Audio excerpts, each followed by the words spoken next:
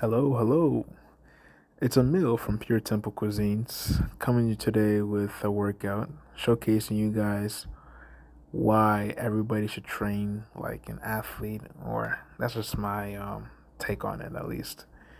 So I'm showcasing today my lower body workout day. Now, today was a speed day. Um, Within this workout, you're going to start seeing me do squats. Now, what is my goal?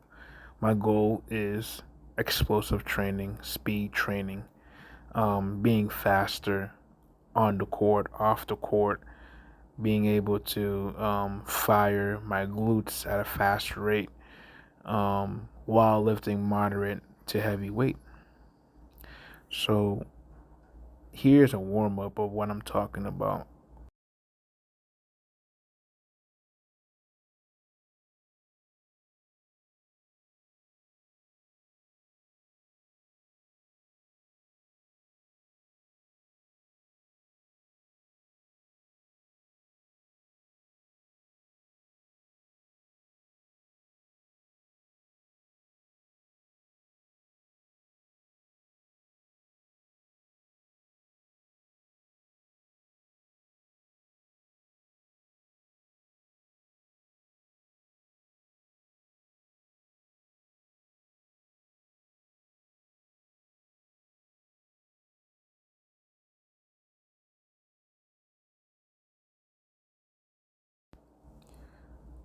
Now, again, this was just a warm up. This is not actually like full speed. Um, Someone might be thinking possibly, why is he squatting at a 45-degree angle or even 90 degrees? Well, um, in one of my previous videos that I did on this channel, I said that with it comes down to athletic performance and athletic positions, you're never going to be at a full range of a squat. When I mean by full range, I'm meaning like your ass to your ankles of a squat. You produce no power in that position. Now, it's great for mobility and it's great to like for crouching and purposes that way.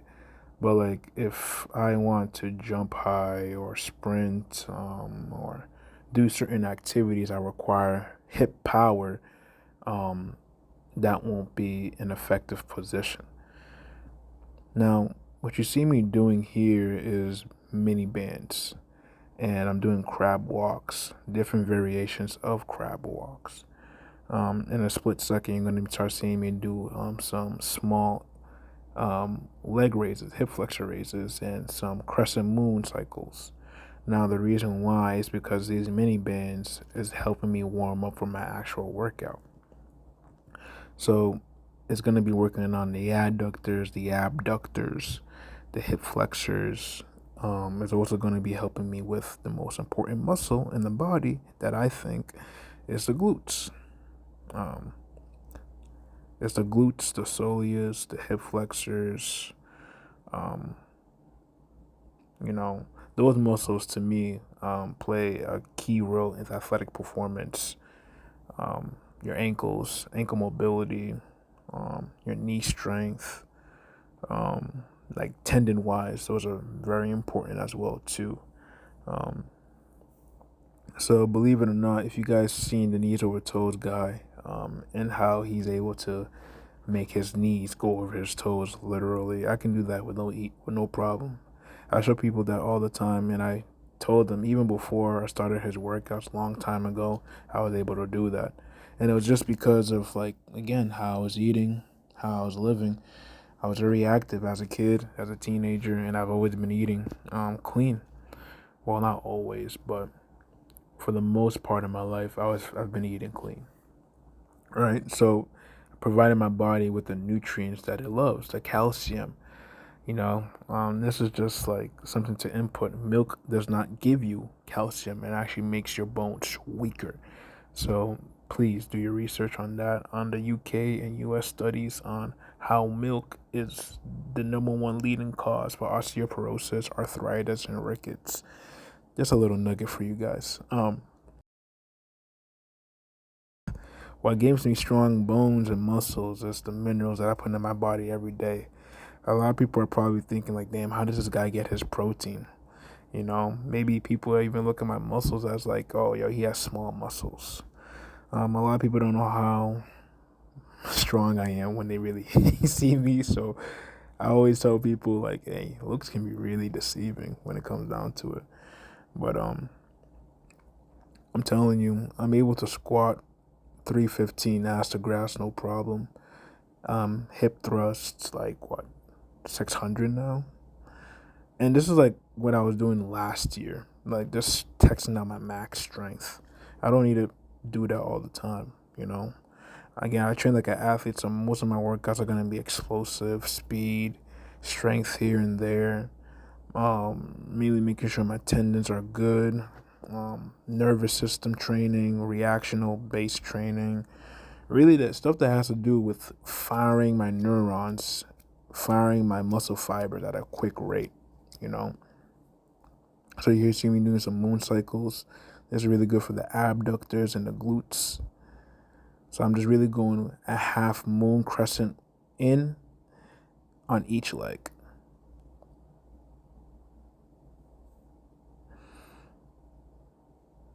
I advise everybody to move their body, man.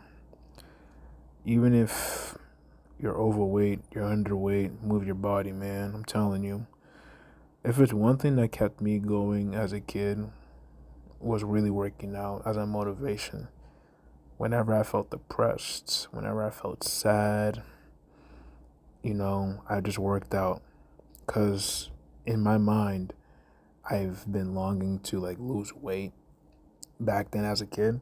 And in my mind, every day when I work out or any time I work out, I would have more of a positive attitude towards my day. Thinking, at least I'm working out today. At least I am putting this food in my body today. At least I'm trying, And that's what led me to where I am at today. And that's what keeps me going. Again, one of my motivations right there. I have a lot of motivations that keep me going. At times, I don't have people to motivate me. So I always talk to myself, tell myself affirmations and stuff this way, because I love myself. You truly, truly do. I'm just don't say it just so people can, oh, wow, this guy loves himself. No, people can actually tell that I love myself. Anyways, enough about me telling you how much I love myself.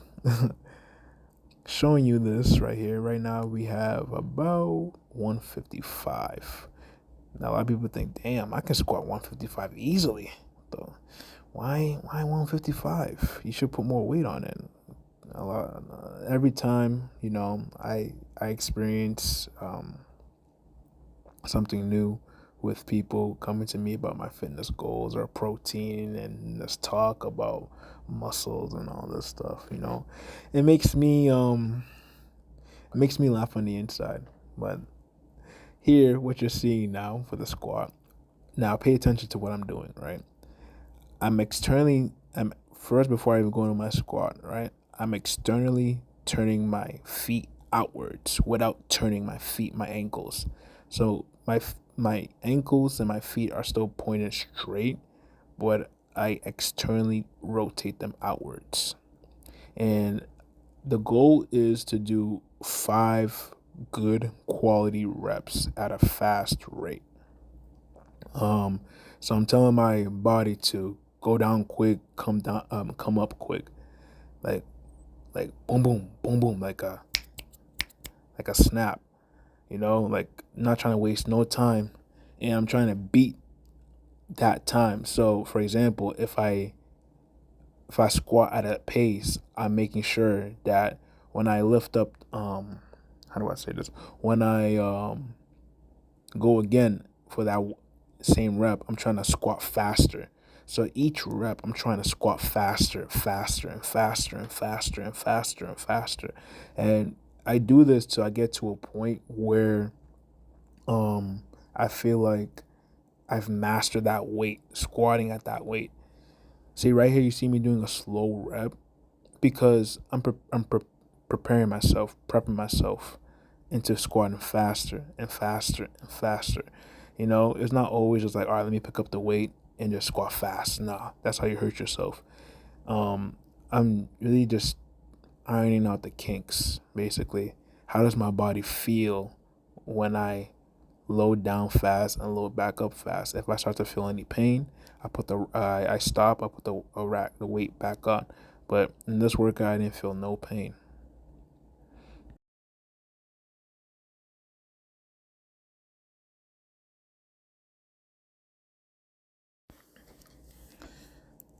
So again, gonna take off the weight from the squat rack, and then I want you to pay attention to how I just pause after I take off the weight.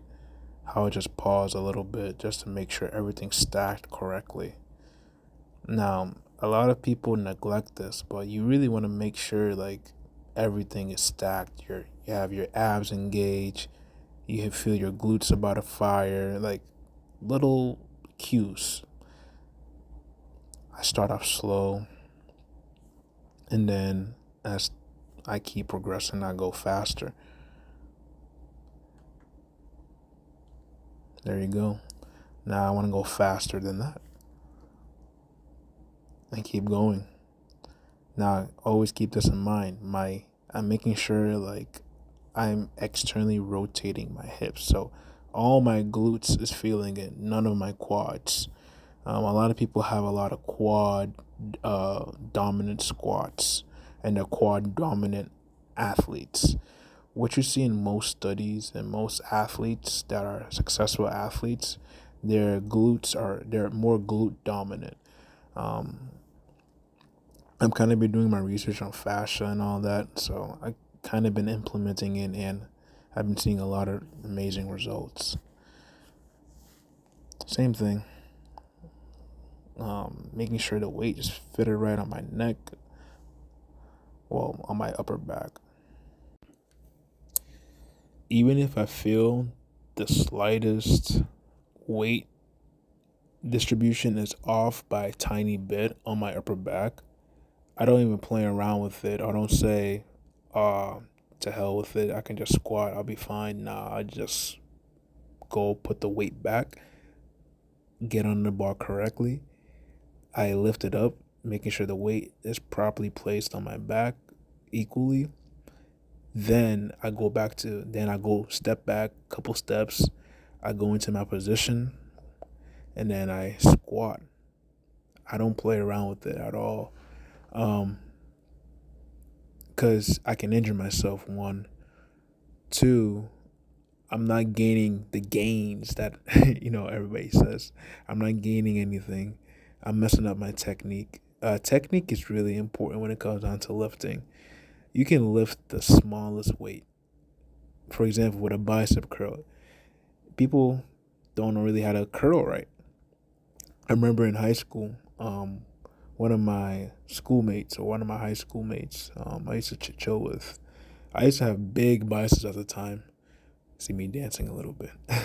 I used to have big biceps at the time, and he would ask me, "Yo, how'd you get your biceps that big? What did you do?" And I told him I go for a full range of motion with the curl, and I curled the correct way, and I showed him that, and I told him I do full range, half range on the up, half range on the down, you know. Um, so when it comes down to it, I don't play about form at all. I I don't mind taking my time with this. Even though my goal is speed right now, I want to make sure still I have proper form. Because again, form is everything when it comes down to this stuff. That's how I look at it.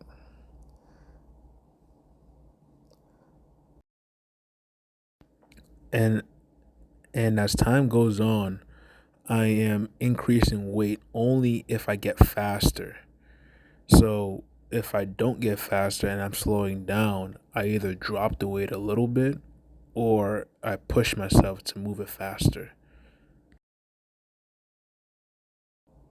Again, I didn't go beyond 155 for today. Um, again, it's not about a race, it's not about competition. It's you just trying to strengthen yourself today. That 1% effort, that 5% effort, that 10% effort. The slow grind wins the marathon. It's not about a race. And you'll be surprised, a lot of people are behind you behind the marathon. A lot of people may think because they squat heavier, they they're more powerful. I'm laughing because that's not true. I'm not laughing to mock them. You know, some people think because I lift this amount of weight, that makes me efficient. I have efficient strength.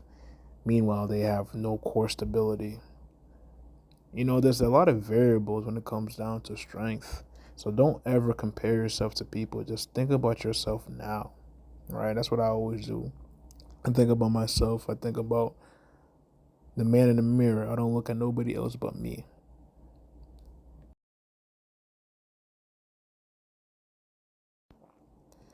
Now, um, this is just something again to think about.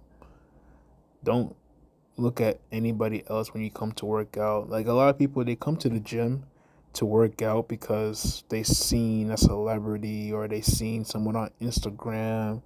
Like you should be working out to improve your life, not to just have a bigger body type or shape or you should work out because it can increase your lifespan. Yes, you look good. That's the pluses, the pros when it comes down to working out. But you can have a six pack and have a weak core. You can have big muscles and still not be able to lift up a sandbag.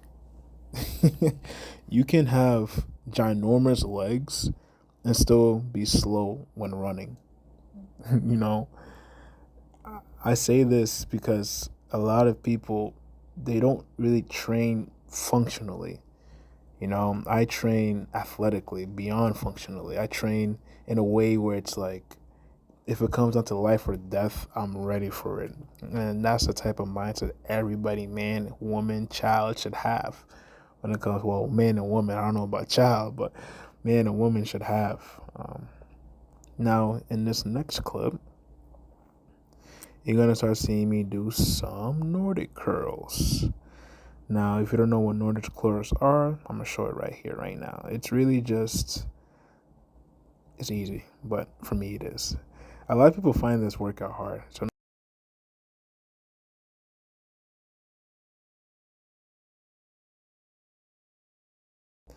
now, for beginners with this workout, a lot of people are not going to be able to go all the way down and come all the way back up like that easily. So for beginners, start off with like 45 degrees, then you go to 90 degrees, then you work your way up down to 120 degrees where you're fully flat on the bench. And please don't look at my workout just like, oh, I want to go do that. I can do that. And then you pull a hammy and then you look at me like, hey, I looked at this guy for inspiration, but he led me to the doctor's office. Please be smart about this. I'm showing you this because this workout is very good for ACLs, MCLs prevention. Having good hamstrings is, especially for sprinters and runners, is very essential. Um, this is my little bro. He's hopping in right now. He's doing his ab workouts. I'm gonna let him shine, do his thing. He trains more like a footballer. He has more of a football build. Um, I was gonna cut this out, but why not? I'm gonna show you how my little brother, how he works out. See, he gets that he needs to work out fast and speed. See how he's like, gorilla. You feel me? You know, doing a little small ab workout and everything. Still weaker than me though, but you know what I mean. Shout out to little bro Robert. You know, he in Amherst right now doing his thing. I told him like, "Yo, I'm recording." He's like, "Damn." Anyways, over here I'm gonna be doing. Well, I am doing a soleus workout. Good for again, popping with the spring with your ankles. This is very good for basketball athletes, soccer athletes, football athletes, sprinters, especially those people that are in sports that have change of directions. Um, this is very good to build ankle stiffness, to build what do you call that bouncing effect for your spring for your ankles. So between that workout and my Nordic curls, that's what I was doing for the rest of the night. Um, so Nordic curls for beginners, do three three reps of 5 sets, 4 sets. You know, again, just really focusing on the eccentric. Don't focus on the concentric. So the eccentric is on the way down, like I'm doing right now, and the concentric is on the way up. What you want to do, beating my chest, like, yeah, that was a good rep. What you want to do is focus on the eccentric on the way down. See, I'm showing off right here. Anyways, what you want to do on the eccentric is focus on the way down and have padding or have boxes in front of you on the way down. And then as time goes on, you'll get stronger and stronger and stronger and stronger and stronger and stronger with your Nordic curls. Um, yeah, and you'll be a pro like me. You know, I'll give you that inspiration. You can do it. If I can do it, you can do it too. Going back to my ankle hops. So this is how much do I have? What, 25?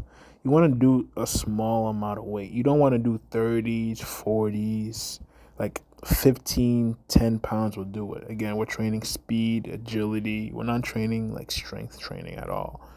You don't want to overdo it with the weights. I'm telling you, because you can again you can again tear your soleus this way. You can tear your Achilles this way. Excuse me. Um, Again, you want to do this also for seconds. So I have like a 15-second timer, and I count how much I can do in that 15-second timer. And then with the next set I do, I'm trying to see if I can beat that count within that 50-second timer. So I have to be thinking fast. Elsewise, it wouldn't work out for me. So yeah, that's the rest of the workout. I hope you found this video insightful. I hope you guys gleaned something from this. Again, I'm alkaline and I'm able to still lift, have healthy organs, and I'm 190. I'm not below like 150 or 60, or I'm not malnourished or starving, or I'm perfectly fine and healthy, and I'm able to do these workouts with no problem. But yeah, guys, follow for more, subscribe to the channel, and I'll see you guys later.